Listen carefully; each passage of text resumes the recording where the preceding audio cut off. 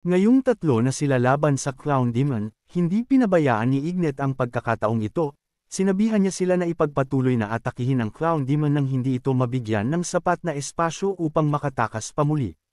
Sa sandaling iyon, alam ng Clown Demon na wala na siyang pagkakataon na makatakas pa, ngunit hindi siya handang ibigay ang kanyang buhay ng ganito kadali. Hindi siya makapapayag na ang mga taong ito ay makakaalis pa nagbuhay sa lugar na ito matapos siyang mamatay. Gamit ang pirasong maskara sa kanyang mukha, ipinilit niya itong dukutin, nang sa gayon magagawa niyang makapaglansad ng isang pag-atake na kung saan, ni isa sa mga tao na nasa kanyang harapan ay hindi makakatakas.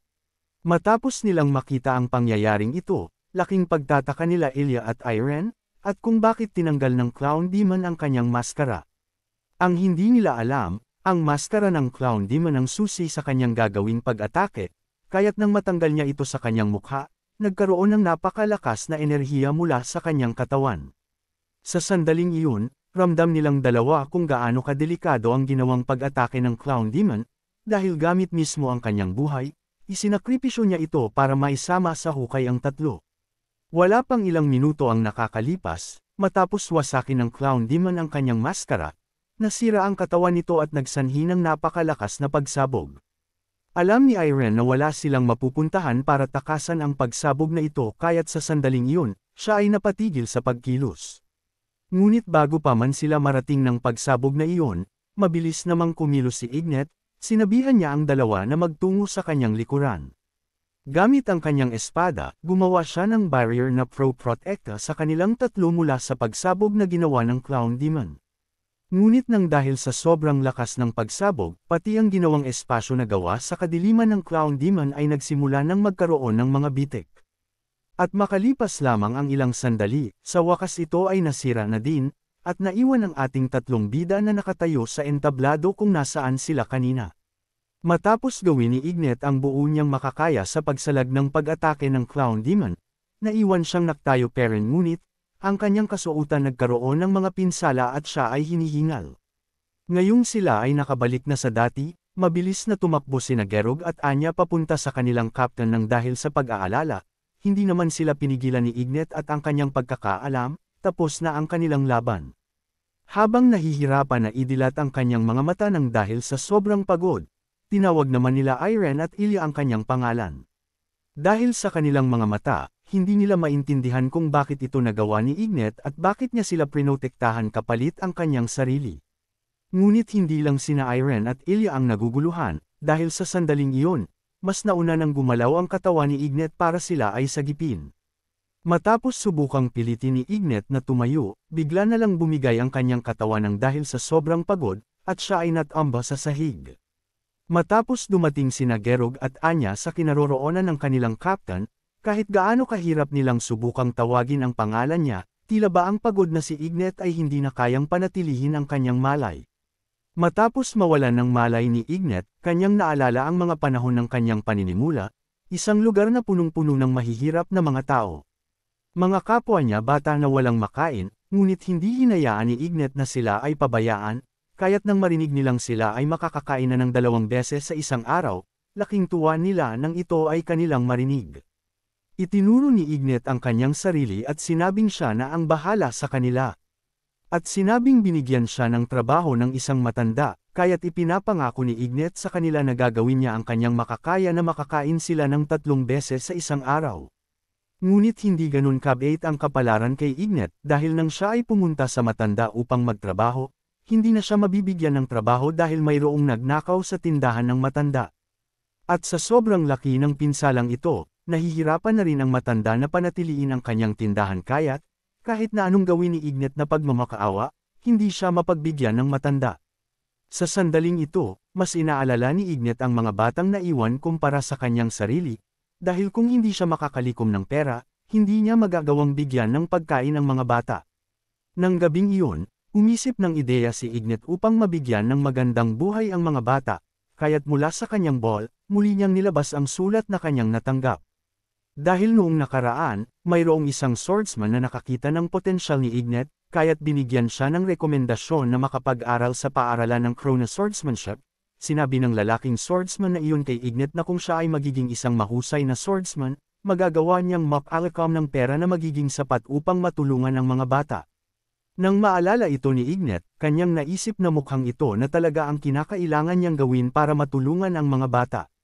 Kaya naman bago pa man mahuli ang lahat, agad na kumilos si Ignet, nagpaalam siya sa mga bata na siya ay aalis na sa lugar na ito.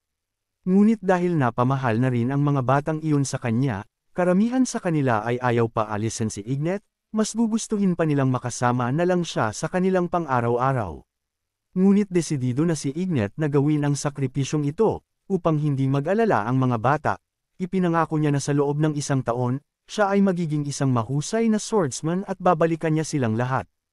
Makalipas ang panahon na pananatili ni Ignet sa paaralan ng Cronus Swordsmanship, ni isa sa mga estudyante sa lugar na ito ay walang kakayahan na pantayan ang kanyang lakas, dahil sa loob ng 1 taon, naging isa ng eksperto si Ignet sa paggamit ng espada.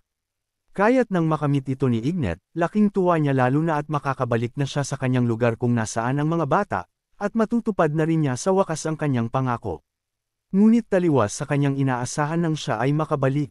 Ang estado ng kanyang tinitirhan dati ay mas lalo pang lumala. Ang paligid ay punong-puno ng mga sira-sirang mga bahay, na parabang wala nang naninirahan sa lugar na ito. Hindi niya inaasahan na sa loob lamang ng 1 taon, ang bayan na kanyang kinalakihan ay masisira, kaya't hindi niya mapigil ang mag-alala kung saan na lang kaya napunta ang mga bata. Habang naglalakad naman siya sa bayang ito, namuka naman siya ng isa sa mga bata na kanyang kasama dito. Kaya't matapos nilang magkamustahan, ipinaalam ng lalaki sa kanya na ang mga nakanilang kasama ay wala na sa lugar na ito, ang iba ay kinuha ng mga magnanakaw at ang iba naman ay namatay ng dahil sa gutom. Habang pinagmamasdan ang gamit na naiwan ng yumaong bata, iniisip ni Ignet sa kanyang sarili na wala siyang lakas, pinagdududahan niya ang lahat ng kanyang ginawa, kung bakit pa siya nagpursigi kung ito lang naman ang kanyang mababalikan. Nang makita ng lalaki kung gaano katahimik si Ignet, hindi niya mapigil ang mag-alala para sa kanya lalo na at ngayon lang sila muling nagkita. Samantala, mayroon namang napansin si Ignet sa suot-suot ng lalaki, lalong-lalo na ang maliit na espada na nasa kanyang baywang. Nang tanungin niya ang lalaki kung saan nanggaling ang mistulang bagong kasuotan niya at ang espada sa kanyang baywang, sinubukan naman itong itago ng lalaki sa kanya na para bang hindi niya ito nakuha ng dahil sa magandang pamamaraan. Nang dahil hindi magkandara pa ang lalaki ng dahil sa katanungan ni Ignet, dinirekte niya sila at tinanong kung ito ba ay kanilang ninakaw. Ipinaliwanag ng lalaki na wala silang pagpipilian, at sinabi niyang kinakailangan nila itong gawin para mamuhay. Alam ni Ignet na mali ang kanilang ginawa ngunit hindi niya sila sinisisi, iniisip niya na may malalim silang rason, dahil matapos nilang mamuhay ng ganito kahirap, kinakailangan na nilang daanan ang ibang bagay sa dahas. Tinanong ni Ignet ang mga bata kung maibabalik pa ba nila ang dati, ngunit sa kasamaang palad, pati ang lalaki ay naniniwalang hindi na nila ito magagawa pa. Nang makita ni Ignet na wala nang magbabago pa, nagbigay siya ng huling paalam sa kanyang mga kaibigan at sinabing mauuna na siyang umalis. Ngunit habang papaalis si Ignet sa lugar na ito, hindi pa rin mawala sa kanyang isipan ang pagsisisi, dahil kung mas maganda lamang ang paligid na kanilang kinalakihan. Sigurado si Ignet na hindi magiging ganito ang kanilang buhay, kaya't upang hindi na ito mangyari muli sa iba pang tao, gumawa ng pangako si Ignet sa kanyang sarili na susubukan niyang baguhin ang mundo. Matapos makaalis ni Ignet, mabilis naman siyang kumilos para isakatuparan ang kanyang layunin, gamit ang kanyang koneksyon nang siya ay mag-aral sa Cronus Swordsmanship. Inutusan niya ang kanyang kakilala na tipunin ang mga mag-aaral na hindi nakapasa sa huling pagsusulit. At ngayong nandito na silang lahat sa kanyang harapan, nagpasalamat si Ignet sa kanilang pagdalo, sinabi niyang mayroon siyang alok para sa kanilang lahat, at yun ay binabalak niyang gumawa ng grupo bilang mga mersenaryo. Nang marinig ito ng mga ipinatawag ni Ignet, laking tuwa nila, dahil base pa lamang sa kakayahan ni Ignet, alam nila na magiging maganda ang kanilang hinaharap kung susunod sila sa kanya. Ngunit ang grupong ito ay hindi binubuo ni Ignet para lamang makalakam ng pera. Sinabi niya sa kanila na ang kanilang magiging misyon ay ang pagandahin ang mundo. Unang-una, upang makilala ang pangalan ng kanilang grupo, sinabi ni Ignet na ang gagawin nila ay pupunta sila sa mga iba't ibang noble na pamilya at kanilang tatalunan sila. At nang sila ay meron ng disenteng reputasyon at makapagtipon pa ng ibang mga kasama, Binabalak ni Ignet na palawakin pa ang kanilang grupo sa iba't ibang kontinente. Walang pake-alam si Ignet sa talento o sa katayuan ng tao, sinisigurado niyang walang sinuman ang hindi sila papansinin, gamit ang kanilang nalikom nilang malaking impluwensya, babaguhin ni Ignet ang mundo para sa nakabubuti. Ngunit makalipas ang ilang panahon simula ng kanilang buuin ang kanilang grupo, ang isa sa kasamahan ni Ignet ay humihingi ng tawad sa kanya dahil hindi siya sang-ayon sa desisyon ni Ignet. Dahil kung ang kanilang grupo ay magtratrabaho sa ilalim ng Holy Kingdom, ang kanilang mga karapatan ay mawawala, at wala silang gagawing iba kundi tanggapin ang ibinibigay ng Holy Kingdom sa kanila na mga misyon. Wala siyang paki-alam sa karangalan na kanilang matatanggap, ang gusto niya lang na manatili ay ang mga bagay-bagay sa ngayon, kaya't gugustuhin man niya o hindi, sinabi ng kasama ni Ignet sa kanya na hanggang dito na lang siya, kahit na alam niyang napakataas ng minimithi ni Ignet. Nirerespeto naman ni Ignet ang kanyang desisyon kung ito talaga ang kanyang kagustuhan, ngunit nang tanungin ni Ignet kung ilan sa kanila ang ayaw nang magpatuloy, sa kasamaang palad, sinabi ng lalaki na karamihan sa kanila ay tutol. Gaano pa man kalalim ang kanilang pinagsamahan nitong mga nakaraan, pumayag pa rin siya sa kanilang desisyon, at sinabi niyang siya na lang ang aalis dahil mas nakararami ang ayaw sumunod sa kanya. Bago tuluyang umalis, sinabi ni Ignet sa kanila na humihiling siya na sana magkaroon sila ng magandang buhay. Habang naglalakad ng mag-isa para sa landas na tatahakin ni Ignet ng mag-isa, ni isang beses, hindi niya kinamunghihan ang kanyang mga naging kasama na hindi naging nasiyahan sa kasalukyan. Alam niyang mayroon pa rin siyang kakayahan na baguhin ang mundo kahit na mag-isa lamang siya. Iniisip ni Ignet na hindi niya kinakailangan na sumandal sa iba, dahil ang kinakailangan niya lamang gawin ay pagbutihin ang kanyang sarili. Ngunit makalipas ang ilang panahon, kanyang nakilala sina Gerog at Anya, at sa sandaling iyon, nagboluntaryo ang dalawa na sumama kay Ignet sa pagkamit ng kanyang layunin. Ngunit imbes na salubungin sila ng mainit na pagtanggap, sinabi ni Ignet sa kanila na wala siyang pakialam kung gusto nilang sumama, gayunpaman, kahit na ganito ang reaksyon ni Ignet, hindi nagbago ang isip ni Anya at Gerog na sumama sa kanya. Ganito na lamang ang reaksyon ni Ignet dahil sa kanyang isipan, iniisip niya na walang saysay ang pagiging masaya, at mapapagod lang din naman sila at aalis sa kanyang piling. Sinasabi ni Ignet sa kanyang sarili na okay lang din itong mangyari, dahil sa loob ng napakahabang panahon, nasanay na siyang mag-isa. Hanggang ngayon, hindi pa rin nagkakaroon ng malay si Ignet matapos niyang sanggahin ang pag-atake ng Clown Demon gamit ang kanyang buhay, at sa loob ng kanyang isipan.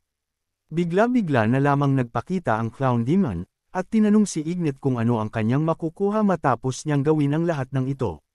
Sinabi ng Clown Demon na ang makukuha lamang ni Ignet ay isang bansa na kung saan maaari niyang pamunuan ng naaayon sa kanyang kagustuhan. At matapos niya itong makamit, sinabi ng Clown Demon kay Ignet na kung sa tingin niya mayroong ibang bagay na umiiral sa dulo ng lahat ng ito, dito siya nagkakamali. Ipinilit ng Clown Demon na sa bandang huli, maiiwang mag-isa si Ignet sa buong buhay niya sa mundong ito na kaawa-awa. Ngunit sa halip na mahulog sa panunukso ng Clown Demon, sinabi ni Ignet sa kanya na wala talaga siyang kamalay-malay at alam tungkol sa kanya. Ang hindi alam ng Clown Demon, mayroon ng sugat sa kanyang mukha na bila na lamang lumitaw. At bago pa man siya makapagsalita ng mga bagay na walang saysay kay Ignet, bigla na lang siyang sinugod ni Ignet at pinatamaan niya ng kanyang espada. Sinabi ni Ignet sa Clown Demon na kung natatakot siya maging mag-isa sa bandang dulo ng lahat ng ito, hindi na sana niya sinimulan ang pagtupad ng kanyang layunin. Matapos patayin ang Clown Demon sa kanyang isipan, ang unang bumungad sa kanyang mga mata ay sina Gerog at Anya, natuwang-tuwa matapos magising muli ni Ignet sa kanyang pagkakawala ng malay. Matapos niyang magising ng dahil sa sobrang pagod, sinubukan niya paring tumayo kahit na nananakit pa rin ang kanyang mga kaso-kasuhan. Tinanong niya sina Gerog kung gaano katagal na siyang nawalan ng malay, sinabi naman ni Gerog na 2 araw na ang nakalilipas. At ang estado ng kanilang grupo ay walang mga nasawi, ngunit dahil sa sumpa ng Clown Demon matapos nitong mamatay, nagkaroon ng barrier at ang buong grupo nila ay natrap sa loob ng dungeon na ito. Sinabi din ni Gerog na mayroong mga knights na muntikan ng lumunin ng kadiliman ngunit, hindi ito nangyari ng dahil kay Irene Parreira. Kaya't nang makita ni Gerog ang manifestation ng aura ni Irene, at ang abilidad niyang gamitin ito ng naaayon sa kanyang kagustuhan, hindi mapigilan ni Gerog na mapabilib. hindi lang ang sarili ni Irene ang naaapektuhan niya gamit ang kanyang aura kundi pati na rin ang iba. Sa sandaling marinig ito ni Ignet mula kay Gerog, napagtanto niya ang rason kung bakit niya isinakripisyo ang kanyang sarili para lamang salagin ang pag-atake ng Clown Demon. At yon ay walang iba kundi dahil kay Irene, bago pa man maintindihan ni Ignet, gumalaw na ang kanyang katawan dahil alam nito na nagtitiwala siya kay Irene, dahil hanggat nandito si Irene, naniniwala si Ignet na pro-protektahan ni Irene ang lahat. Habang pinagmamasdan sila sa kalayuan, para bang hindi matanggal ang titig ni Ignet sa kanila Irene, dahil sa sandaling ito. Ang kanilang mga ngiti na nag-uusap na para bang magiging okay lang ang lahat ay napakapamilyar para kay Ignet. Hindi niya inaasahan na ang tanawin na ito ay magpapaalala sa kanya ng mga panahon kung saan siya ay bata pa, at ginagawa ang lahat ng kanyang makakaya upang alagaan ang mga kaibigan niyang iniwan ng mag-isa ng kanilang mga magulang. Sa sandaling iyon, lingid sa kaalaman ni Ignet, mayroong isang bagay na nagbago sa kaloob-looban ng kanyang puso na hindi niya inaakala na mangyayari. Sinabi niya kay Gerog na tawagin ang lahat ng kanilang puwersa, handa si Gerog na sundin ang utos ni Ignet ngunit hindi niya maintindihan kung para saan ito. Ipinaliwanag ni Ignet na sa kanyang kasalukuyang kalagayan, medyo mahirap ang kanilang pagtakas sa lugar na ito, at sa tingin niya, kailangan nilang humingi ng tulong sa iba. Hindi makapaniwala si Gerog sa narinig niya, hindi niya inaasahang darating ang araw na hihingi si Ignet ng tulong sa iba, dahil sa lahat ng panahon na magkasama sila, si Ignet ay napakamalamig sa kanila. Matapos tawagin ang lahat ng mga taong naiipit sa loob ng barrier, hindi nila maiwasang mag-usap-usap kung ano ang dahilan kung bakit sila ipinatawag. Matapos nilang kumalma, nagsimulang magsalita si Ignet, sinabi niya sa kanila na upang makaalis sa dungeon na ito, kinakailangan muna nilang matanggal ang barrier. Gayunpaman sa tingin ni Ignet, wala siyang kakayahan sa ngayon na sirain ito ng mag-isa, kaya't gusto niyang humingi ng tulong sa kanila. Ipinaliwanag niya na ang pinaka-epektibong puwersa laban sa sumpa ng isang demon ay walang iba kundi holy power. Gayunpaman, ang puwersang ito ay hindi dapat itinuturo sa iba ng basta-basta. Subalit kung ito ay kanilang matutunan sa pamamagitan ng sarili lamang nila, walang mangyayaring problema. Kaya't simula ngayon, binabalak ni Ignet na turuan ang lahat ng nandito ng isang napakakakaibang swordsmanship na ginagamit upang paksain ang kasamaan. Matapos marinig ni Sev-Ayon ang paliwanag ni Ignet, iniisip niya kung ang tinutukoy ba ni Ignet ay ang tinatawag ng karamihan na espada ng isang bayani. Ang espada ng isang bayani ay isang abilidad na kung saan karamihan ng mga bayani sa nakaraan ay ito ang kanilang ginagamit, kahit na wala silang holy power. Ito ay isang sikretong teknik na may kakayahang lumaban sa mga demon. At nang dahil sa sobrang importante ng teknik na ito, hindi makapaniwala si Sev-Ayon na magkakaroon sila ng oportunidad na ito ay matutunan mismo kay Ignet. Subalit nang dahil sa sobrang hirap matutunan ng abilidad na ito, sigurado si Sev-Ayon na kahit turuan sila ni Ignet, karamihan sa kanila ay hindi magtatagumpay sa pagkatuto nito.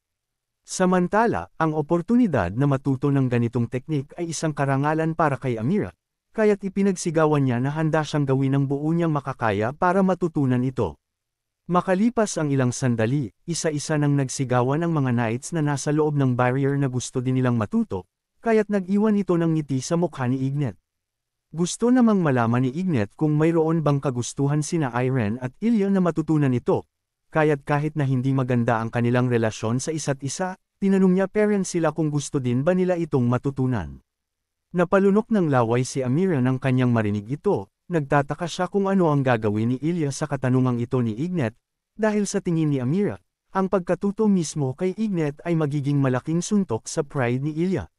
Ngunit taliwas sa inaasahan ni Amira, taos-pusong nagpapasalamat si Ilya na matutunan ang teknik na ito, at sinabi niya kay Ignet na gagawin niya ang buo niyang makakaya. Bago pa man sila magsimula, gusto namang malaman din ni Ignet kung ano ang magiging kasagutan ni Irene sa kanyang katanungan. Kumpara sa reaksyon ni Ilya kanina, normal lang na sinabi ni Irene na gagawin din niya ang kanyang makakaya para masira ang sumpang ito, nang sa gayon, sila ay makatakas na sa dungeon na ito. Ngayong sumang-ayon na ang lahat, sinabi ni Ignet na bago nila simulan ang kanilang pag-aaral, kinakailangan muna nilang maintindihan ang magic na ginagamit ng mga demon.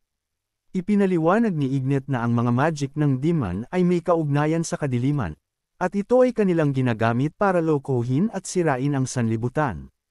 Ang kabaliktarang puwersa naman na kumokonsumo sa madilim na enerhiya ay tinatawag na holy power, ang paniniwala sa Diyos na lumiliwanag sa sangkatauhan, na perpektong puwersa laban sa kasamaan ng mga demon. At isa pa, ang kagustuhan ng tao ay maaaring kumilos bilang kapalit ng biyaya ng Diyos, ang kapangyarihan ng puso, lalo na ang kagustuhang protektahan ang mundo. Ipinaliwanag ni Ignet na maaaring ito'y mabuo bilang enerhiya at pagkatapos ay magamit mismo sa swordsmanship, nang sa gayon, ito ay magiging espada na nagtatanggol sa mundo laban sa mga demon. Matapos makita ni Irene ang ipinakitang teknik ni Ignet na tinatawag na espada ng mga bayani, hindi niya mapigil ang mamangha sa sobrang ganda nito.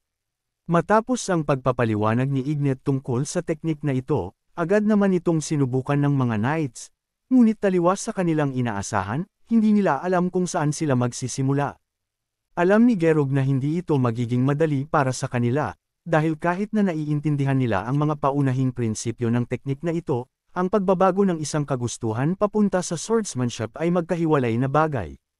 Iniisip ni Gerog na magiging imposible para sa kanila na magkatotoo ang enerhiyang ito sa pamamagitan lamang ng pakikinig sa paliwanag ni Ignet, ngunit may isang tao na babaliktad sa pinaniniwalaan ni Gerog.